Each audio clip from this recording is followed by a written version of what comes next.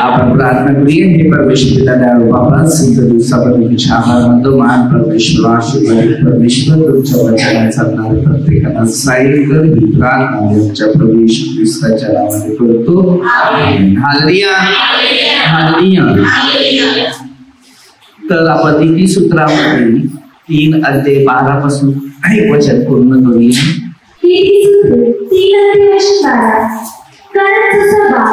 जसा बाप आपल्या आवडत्या मुलाला, जसा परमेश्वर ज्याच्यावर प्रीती करतो त्याला तो शासन करतो. बाप आपल्या जर आवडता एक मुलगा आहे बरोबर, त्याला फटाफट देतो. ऐकतं ना? तसंच परमेश्वर आपल्या सगळ्यांना तो फटके देत असतो. कशाला माहिती की आपण देवाजवळ वाढावं. पण कधी कधी आपण देवाजवळ वाढायला बघत नाही. इब्रिकरस 12 ते 5 ते 6 वचन घेऊया आपण थोडं.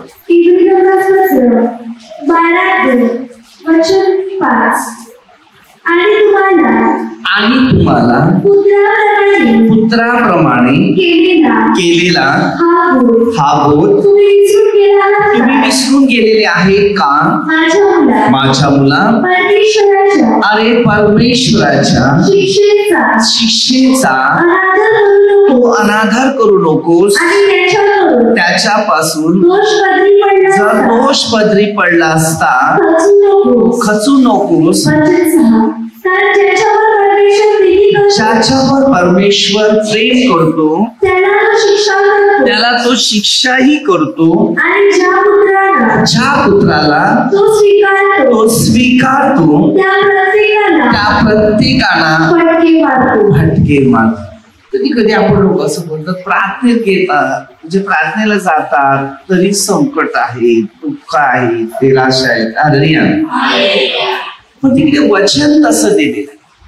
जर तुम्ही कठोर हृदयाचे आहेत तर तुम्हाला सहन करण्याची जर शक्ती नाही मिळाली तर ते कठोर हृदय नेहमी कठोरपणातच राहील आणि रोगराईमध्ये प्रवास करत राहील. तर त्याच्यातून आम्हाला एक शिक्षण घ्यायचं आहे आणि हे शिक्षण आमच्या सगळ्यांसाठी महत्वाचं. जेव्हा मत्ते 5:2 पासून येशू ख्रिस्तानी 12व्या वचनापर्यंत, आपण 12वं वचन घेण्यानंतर तुम्हाला माहिती आहे ते कसं आहे. मत्ते 5:12 आनंद करा, उल्हास करा, स्वर्गात तुमचे मोठे आहे. कारण तुमच्यावरून जे संदेश होऊन गेले त्यांचा संदेशाचा शेळ होतोच. रात्रीमध्ये आलेल्या लोकांची शरणूक होतीच. म्हणून त्यांचे तुमच्या पूर्वी जे संदेश होते त्यांना हे आजचा काळ शरणूकच आहे. तर देवाच्या आज्ञा, नियम, विधी कशा पाळाव्या याद्वारे आपल्याला शिकायचं आहे. आता नीतीसूत्र 3 अध्याय 13 पासून पुढे वचन 13. ज्याला ज्ञान प्राप्त होते तो सुज्ञता संपादन करतो. काय सांगते? ज्याला ज्ञान प्राप्त होते तो सुज्ञता संपादन करीतो तो मनुष्य धन्य आहे. ज्ञान सगळ्यांना मिळालं पाहिजे. आता ज्ञान मिळते तेव्हा आपण काम करतो किंवा कार्य करतो. ज्ञान नसेल तरी काहीच बोललं नसतं. ज्ञान असं एक आहे की माणसाच्या जीवनामध्ये एक जीवन शिकवतो किंवा मार्ग शिकवतो. ज्ञान जर आपल्यामध्ये नसेल तर पुढचं भविष्यात आपण काहीच करू शकत नाही. ज्ञानाने प्रत्येक व्यक्तीच्या भविष्यामध्ये प्रगती तयार होते. ज्ञान आपल्याकडे आहे, पैसा असला तर उडवायचा, मोज मजा, इथे जा तिथे जा, हे कर ते कर, लग्न कार्यक्रम प्रोग्राम, या ज्ञानामध्ये ज्ञान म्हणून मिळत नाही. त्याला ऐशाराम बोलतात, वायफळ खर्च होतो. आपल्या प्रत्येकामध्ये त्याचा वापर केला पाहिजे. की प्रत्येकाने त्या ज्ञानाचा जर चांगला वापर केला, जो पैसा बेस्ट आहे म्हणजे या पैशात आता काही करू शकत नाही, तेव्हा तो पैसा गोर गरीब गरजवंतासाठी तो जास्त प्रमाणामध्ये वापरायचा असा तो आहेच आपला. परंतु गरजवंतांना त्यावेळेला अफाट खाण्यापिण्यामध्ये त्यांना मौज मिळते. खाणं म्हणजे कसं नशावळं नाही, त्यांना आर्थिक परिस्थिती. आता मी कसं कुठे कुठे बोर मारून देतो, पाणी प्यायला नाही त्याला तेही करून दे, जा धंदा करा आणि पाणी पण अनेक ठिकठिकाण्यातल्या प्रश्नाचं उत्तर तिकडे बनवलेलं आहे. पण जो मनुष्य देवावर श्रद्धा नाही, विश्वास नाही, वचन नाही, वचनावर आपलं जीवन नाही, तर आपल्याला देवाची कृपा जी आहे ती त्याच्यात भेटत आहे. जो वचनात आहे, शिक्षणात आहे, नियमात आहे, तर त्याला देवाची कृपा सतत भेटत आहे. ज्ञान वापरणार असते, ज्ञान दुसऱ्यासाठी शिकवण्यासाठी असते. की ज्याला ज्ञान माहिती नाही त्याला त्या ज्ञानाद्वारे परमेश्वराची जी उपस्थिती आहे ती कशी बनवावी घडावी ती शिकायला मिळते.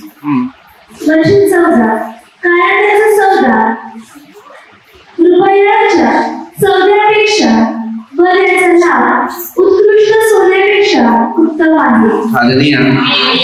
विचार करा, सोनं पैसा यापेक्षा ज्ञान सगळ्यात श्रेष्ठ आहे आणि हे ज्ञान हमेशा मनुष्यासाठी खूप महत्व आहे. ज्ञान मोत्यापेक्षा मौल्यवान आहे. ज्ञान मोती ठेवतात ना त्याच्यापेक्षा मौल्यवान आहे, कामाचं आहे, गरजेचं आहे. कारण जर ज्ञान नसेल तर त्याचा लोकांना किंमत दिसणार नाही किंवा त्याला मान नसणार.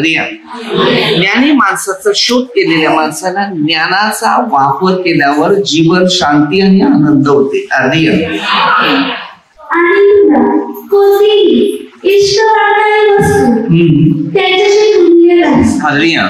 आता आपल्या प्रत्येकानं परमेश्वराने एक एक गोष्टी शिकवून दिलेल्या आहेत, बरोबर. आणि हे ज्ञान असेल तर आपण काहीतरी करत असतात.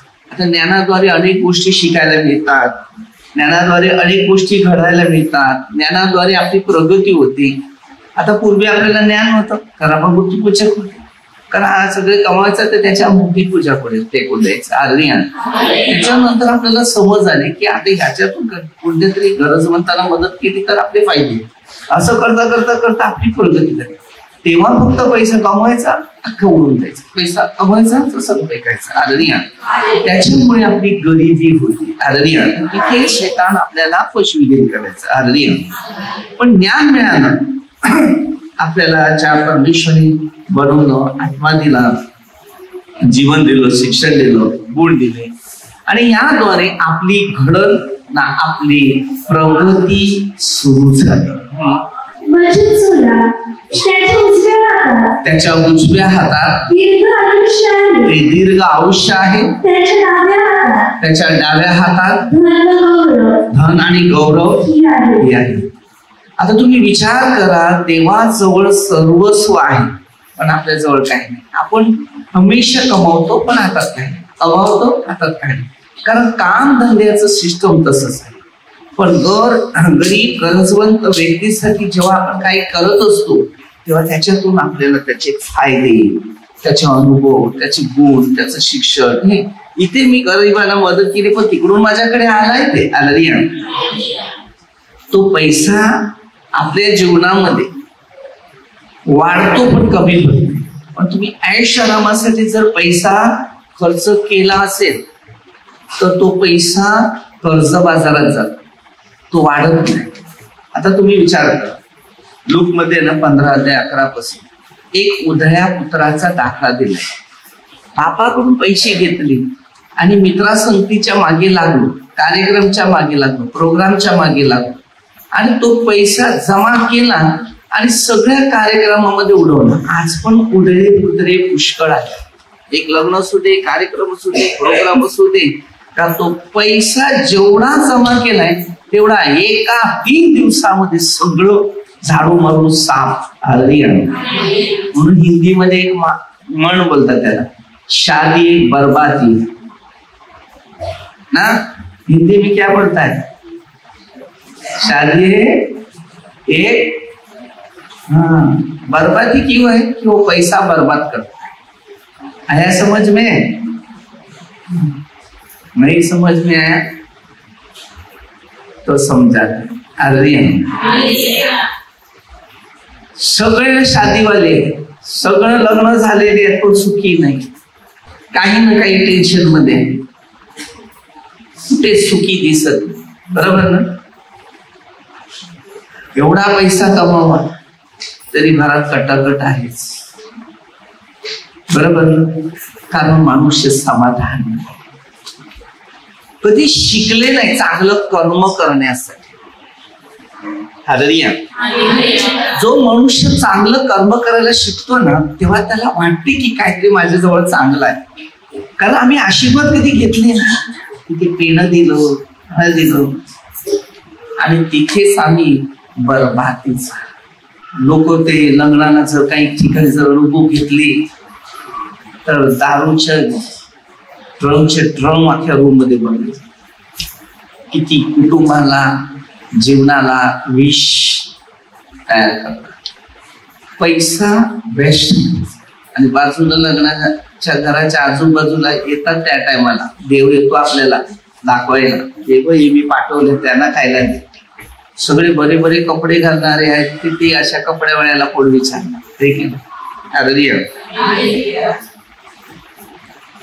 मी शिकून आलाय, भूक काय, गरजवंत काय, दुःख काय, समस्या काय, टेन्शन काय, मानसिक तणाव काय, अस्वस्थपणा काय, घराच्या गरजा काय, या सगळ्या विषयावर मी शिकून आलो.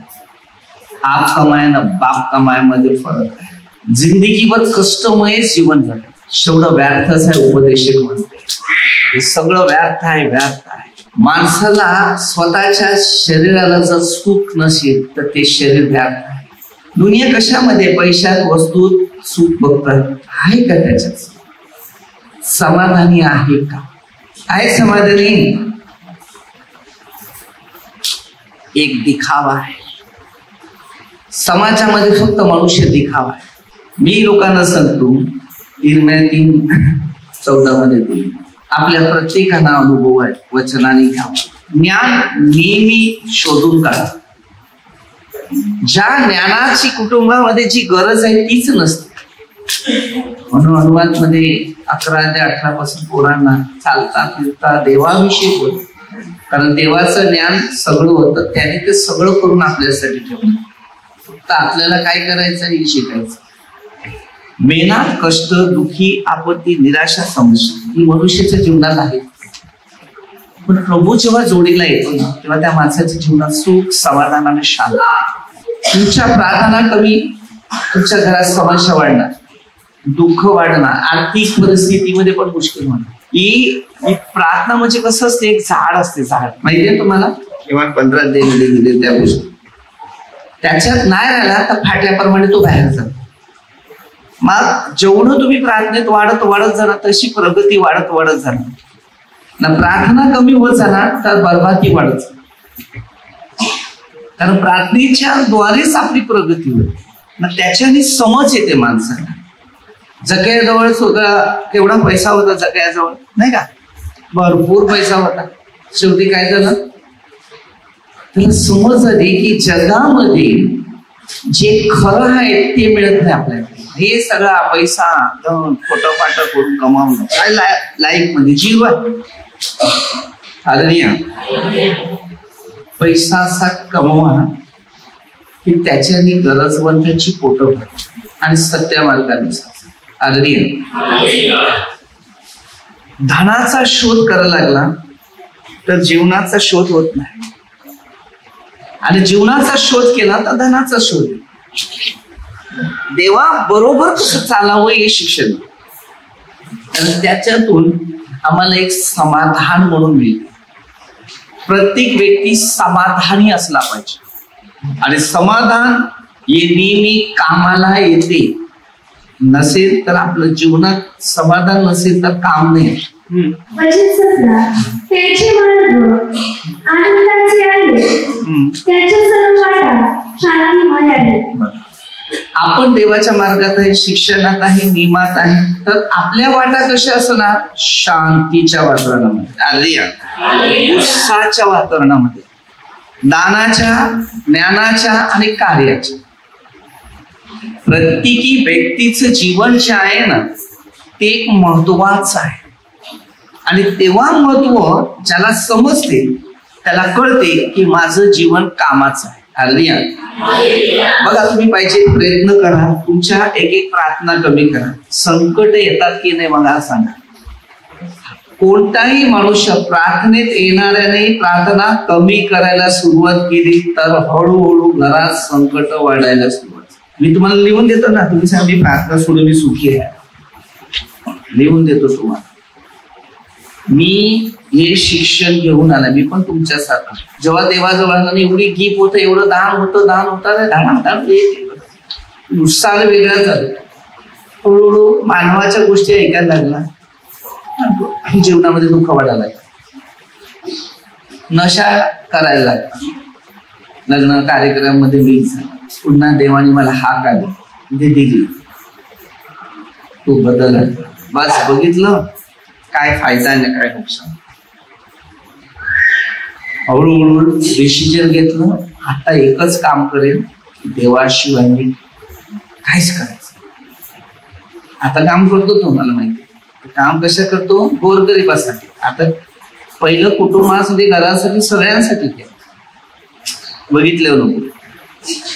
आता जे अनुभव आहे की स्वर्गात जर जायचं असेल तर दुसऱ्यांसाठी करायचं. तेव्हा आता ह्या उद्योगात पडला. माझी जी खाली वेळ आहे ना ती स्तुतिमय, प्रार्थनामय, प्रचारमय, सुवार्थमय होते. त्याच्यातून कामावं होता. मी पहिला बोलायचं ना, कांदा कापायला लागला तरी प्रभूची स्तुती, प्रभूला धन्यवाद बोलू शकते का नाही? अशी बडबड करू शकतात की नाही? दुष्ट आत्मे कार्य करायला लागला ना तर समजून ना अंगमास व्हायला लागलं.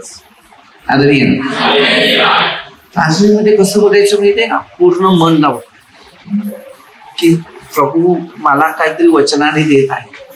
मग जेव्हा ते मी वचन घेतो बघा, तेव्हाच प्रभू येशू ख्रिस्त तुमच्या जोडीला येतो. आणि तेव्हा तुम्हाला त्याची एक ताकद काय ती दिसते. जतपर्यंत तुम्ही प्रभू मध्ये नसेल तत्पर्यंत तुमचं जीवन 0 पॉइंट. प्रार्थना असं एक सिस्टम आहे की जीवन बदलणं. समजलं? हे आठवड्याभरामध्ये तुम्ही येतात ना, सगळं अंतःकरणात जे भरलेली बाहेरच्या गोष्टीची घाण ती हळूहळू डोक्यातून उतरते आणि विचारधारा माणसाच्या मनामध्ये स्वच्छता आहे. प्रत्येक मानवाला ते एक दिवस दिलेला आहे पवित्र पाळण्यासाठी, तो म्हणजे शनिवारचा. पण आपण रविवारचा पाळतात, पुनरुत्थानाचा दिवस पाळतात. 2 दिवस पाहिजे. आता शनिवारी मी दुसऱ्याकडे असतो, रविवारी बाकी जो भेटेल त्याला देवाचं पुस्तक, बाकी भेटेल ते काही काम करायचे. कारण लोक आता शेवटच्या काळामध्ये आले. सकाळी माझं स्वप्न पडलेलं, भूकंप झाला. सकाळी मी न्यूज बघितली तर हरियाणाला भूकंपाचे झटके 3. म्हणजे चिन्ह दिलेलं आहे, होणार आहे, घटना येणार आहे. सगळ्यांना विचार करा. देव आपल्याला सावध देतो की आता असं घडणार आहे, असं घडणार आहे. प्रार्थना करा, कारण शास्त्रात लिहिलेलं आहे. मी बोला ना, इस्रायलच्या युद्धावर विचार करतो. कारण जे शास्त्रात लिहिलं देवाचे महान व्यक्तीने जे शास्त्रात, पवित्र शास्त्रात लिहिलेलं आहे ते सत्याचं आहे. ते देवाबरोबर होते, आपण नव्हते देवाबरोबर. आपण हे जगाबरोबर होते, जगातून निघून देवाबरोबर आले. त्यांनी देवाबरोबर प्रत्यक्ष चाललेले आहेत, तर त्यांना त्याचा अनुभव आहे, आपल्याला तेवढा अनुभव.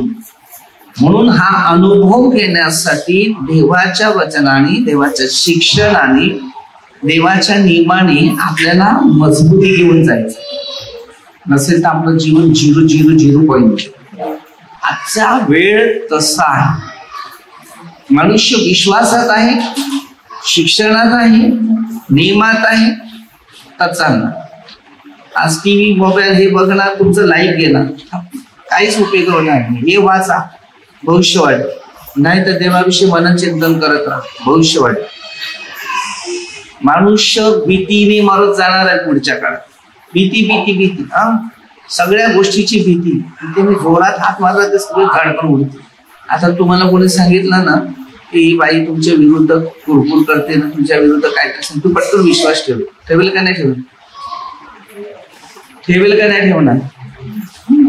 म्हणजे विश्वास बघा केवढा आहे. तुमचं बरं आहे ना, दोघांमध्ये चांगला आहे की नाही, मग दुसऱ्यांचं ऐकून कशाला? माझं कसं शिक्षण आहे माहितीये ना, तू काय मला बोलतो ते मी ऐके, त्याही मला सांगितलं तर मी कोणाचं ऐकत नाही, गपचूप नाही. मला माहितीये मला याच्याद्वारे मला भांडण नाही करत, माझ्याशी चांगलं करत आहे. येशूने सांगितले वैरावर प्रीती करतो. त्यांना नाही आपल्याविषयी पटत तर चुप राहा, बोलू नका, पण मागे कुरकुर करू नका. माझं एक शिस्त आहे, एवढं वाईट डोक्यात ठेवणं त्यापेक्षा तेच गोष्टी चांगल्या डोक्यात ठेवलं तर केवढा आनंद आहे. म्हणून मी जास्त कोणाशी बोलत नाही, मला आवडत नाही. त्याला बोलायचंय देवाविषयी बोल, नाही तर चलो आपल्या जागी लोक सेफ राहायचं. कारण जेवढं तुम्ही मनन चिंतन देवाविषयी करत राहते खूप शांती होते, खूप आनंद. हे जगाचे सगळे मोह आहेत ते तुम्हाला काय नाही वाटणार, हे पाहिजे ते पाहिजे काय नाही. कारण तुम्हाला देवाचे जेव्हा ओळख लागली बघ तेव्हा तुम्हाला सगळा अनुभव येत जाईल. हे सगळं नाशवंत आहे, नाशवंत आहे, पण प्रभू जर आहे तर आपल्या जीवनामध्ये शांत.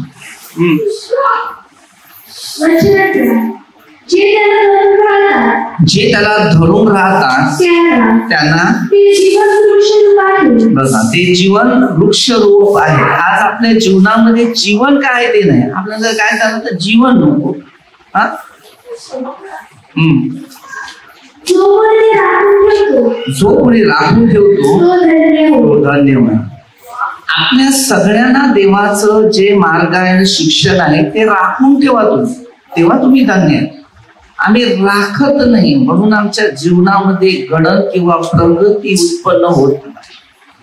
राखून ठेवा, भविष्य बदलेल, जीवन बदलेल, शांती येईल, आनंद येईल, ज्ञान येईल. परमेश्वराने बघा, परमेश्वराने पृथ्वीचा पाया त्यांनी ज्ञानाने घातला, त्याने बुद्धीने बघा बुद्धीने. आता ज्ञान होतं म्हणून त्यांनी काय केलं, आकाश उत्पन्न केलं. आता त्याने उत्पन्न केलं त्यालाच बोलायचं आहे ना आपल्याला काय पाहिजे असेल ते, दुसऱ्याला सांगून काय.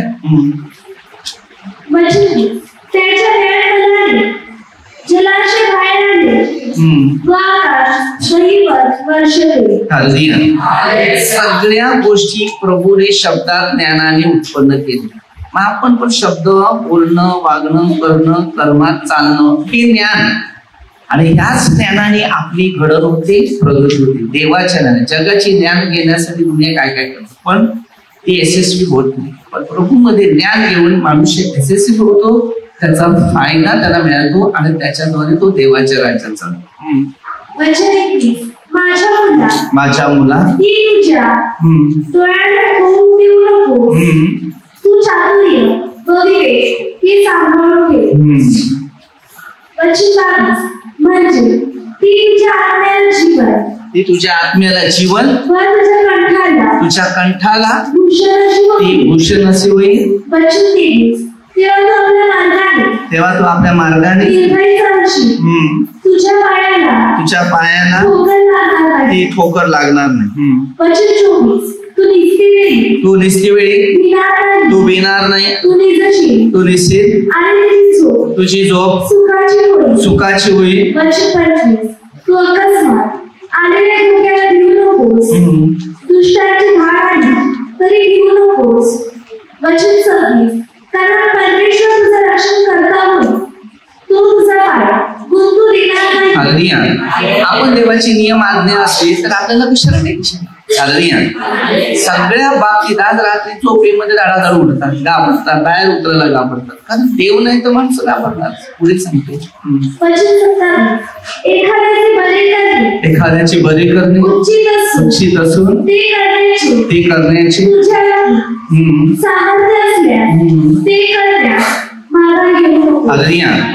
आता देवाने आपल्याला चांगलं करायला दिले ना, तुझ्यात सामर्थ्य आहे, तू त्याच्या बाबतीत माग.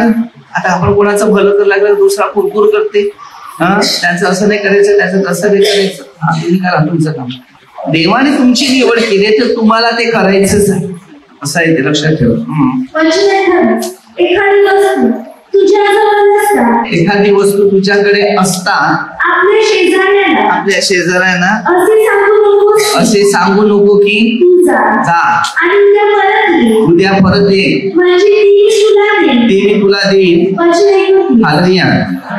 माझे वडील होते ते काय सांगायचे माहितीये का, कोण तुझ्याकडे मागायला आला त्यांना डायरेक्ट नाही नको सांगू, तू पण प्रयत्न कर, मी पण प्रयत्न कर.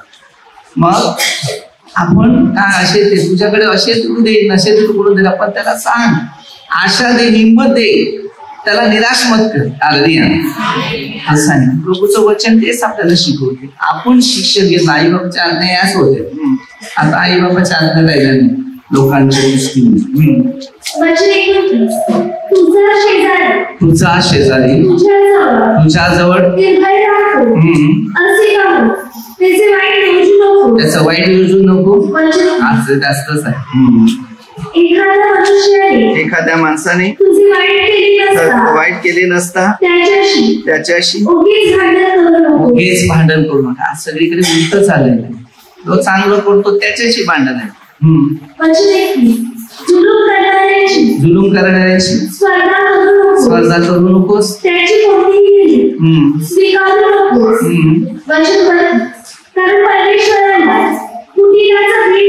परमेश्वराला कुटीराचा बीट आहे, पण तो सरांबरोबर त्याचे रहस्य आहे.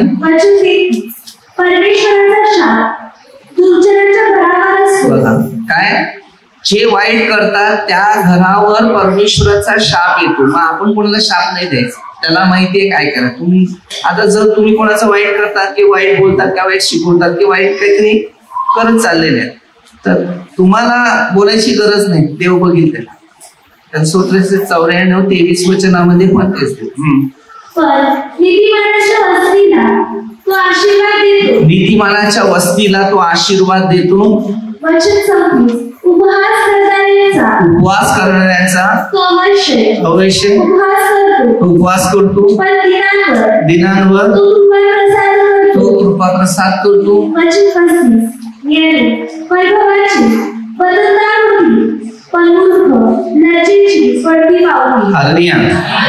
ज्ञान आपलं देवाच्या दृष्टीने करतो चांगलं, तर त्याचं चांगलंच होईल, आणि जे वाईट करतात त्याचं शेवटी देव त्याचं वाईट होईल. म्हणून आपल्याला देवाबरोबर राहायचंय, देवाचं ज्ञान घ्यायचंय, वचनाचं पालन करायचंय. आपल्या स्वतःला हे शिक्षण नीती सूत्र 3 अध्याय 1 ते 35 पर्यंत वचन ते हमेशा पाळायचं, कारण आपल्याला खूप ज्ञानाचं शिक्षणाची गरज आहे. नाहीतर आपलं जीवन कुठेतरी कमजोर आहे असं वाटते. म्हणून आपण उत्साही करायचं, देवाची नियम पाळायचे, वचनाप्रमाणे चालायचं आणि प्रभूचा आशीर्वाद. तर आपण छोटेसे एक प्रार्थना करूया. परमेश्वर पिता दयाळू बाबा, सुंदर दिवसाबद्दल तुमचे आभार मानतो. महान परमेश्वर, आशीर्वादित परमेश्वर, सर्व मंत्र कामगार सर्व परिस्थिती प्रभूचा आशीर्वाद ही प्रार्थना प्रभू येशू ख्रिस्ताच्या नावाने करतो. आमेन. हालेलुया.